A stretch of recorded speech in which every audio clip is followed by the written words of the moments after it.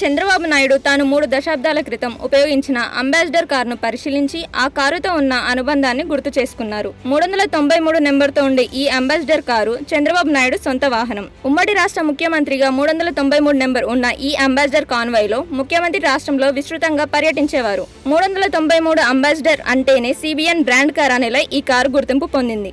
ప్రస్తుతం 4వసారి సీఎంగా ఉన్న చంద్రబాబు నాయుడు భద్రతా పరంగా ఆధునిక వాహనాలు ఉపయోగిస్తున్న తన సొంత కారు అయిన నాటి అంబాసిడర్ ను మాత్రం అపురూపంగానే చూసుకుంటున్నారు.